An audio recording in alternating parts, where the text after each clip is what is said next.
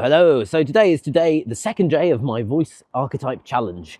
So this is, I'm a voice coach. I'm Alex. If you don't know me, hit subscribe if you like voice things. And what this is I'm doing for 21 days. I'm coming up with different processes for coming up with different character voices as I go through the Purocasting Archetypes Challenge. I'll post a link in the description to the Purocasting website who do cool acting-based challenges.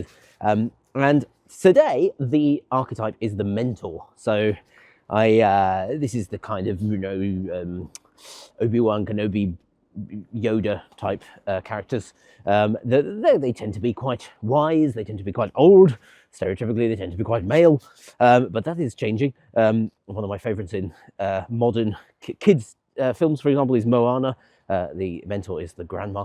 She's quite a cool mentor in that she hits all the plot points in a really interesting way because she's not really there, but she's there. She's one of these kind of disembodied mentors, which is anyway. That's a bit of story geekery. Anyway, they're there guiding the protagonist, even at the points in the film often or the story when they're not actually present, which is kind of cool.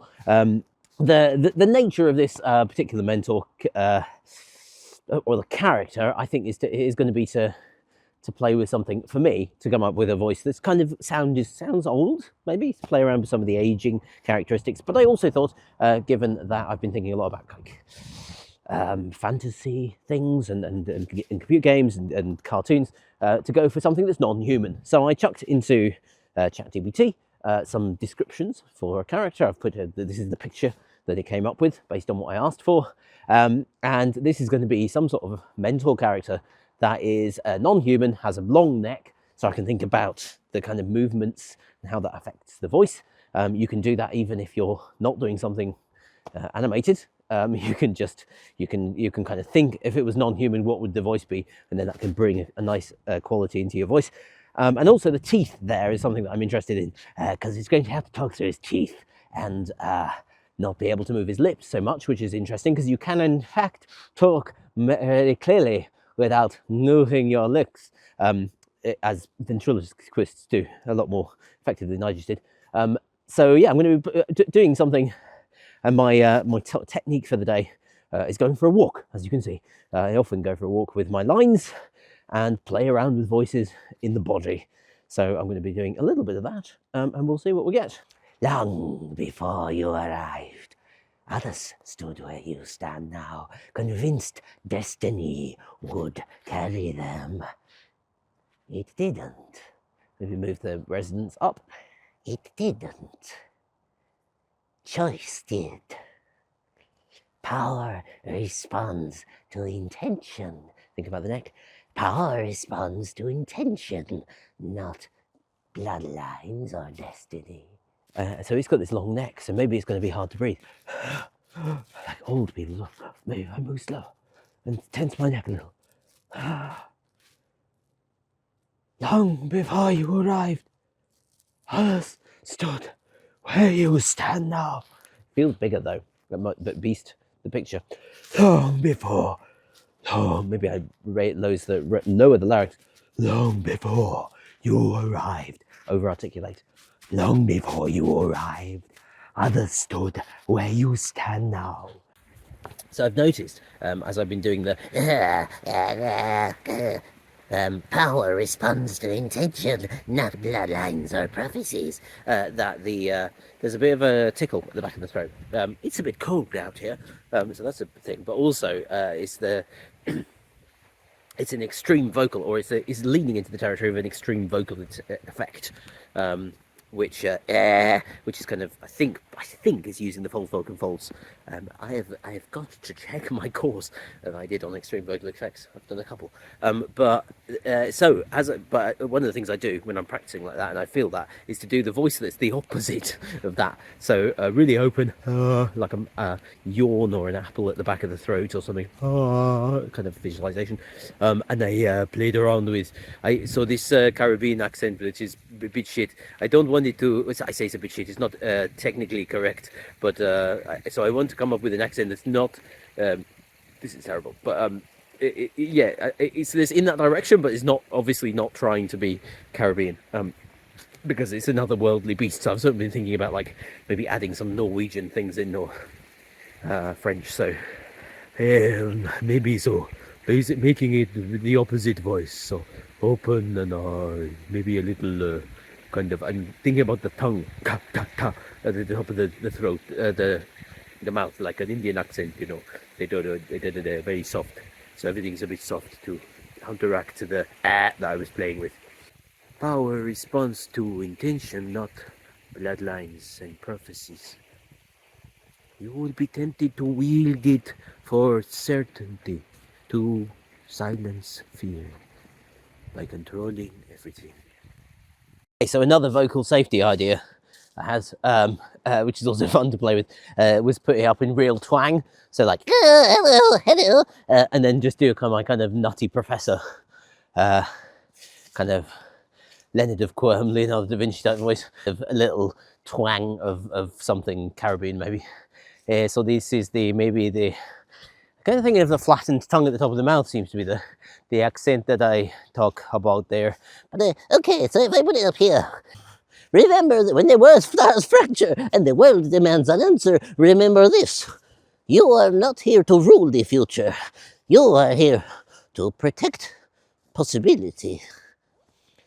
Well, so a little bit of tension at the back of the throat, neck there, and shoulders, because that little voice felt a little like this. I could undo that. I've got another step for this voice, which is because I am talking about the Jamaican accent, which this is not. I keep saying this is not good. Of course it isn't. I don't know how to do it, you know.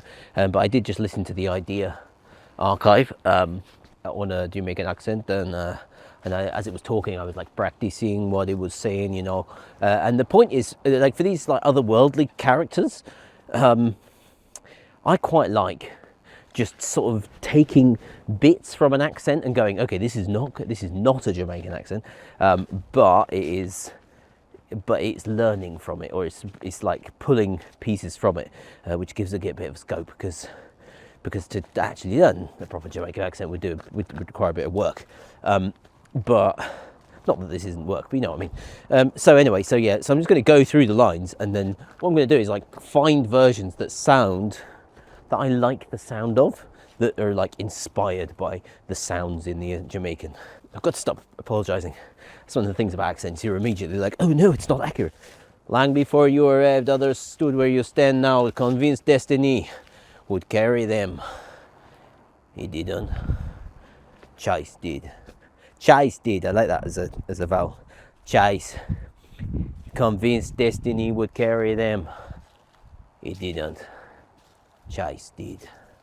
Okay, I got one more, which is the wind. I was thinking like the wind and the kind of Zen master, maybe long, thin, with a bit of a sob, long before, and then thinking of like the swirling wind. Long before you arrived, others stood where you stand now, convinced destiny would carry them. It didn't. You are not here to rule the future. You are here to preserve possibility. Anyway, we've got some options there. A bit lightheaded after that one. It's a good sign of using the breath. Yeah, play around with them. Long before you arrived, others stood where you stand, convinced destiny would carry them. It didn't. Choice did. Power responds to intention, not bloodlines or prophecies. You will be tempted to wield it for certainty, to silence fear by controlling everything. Don't! The truest magic is restraint. Learn when to act and when to listen.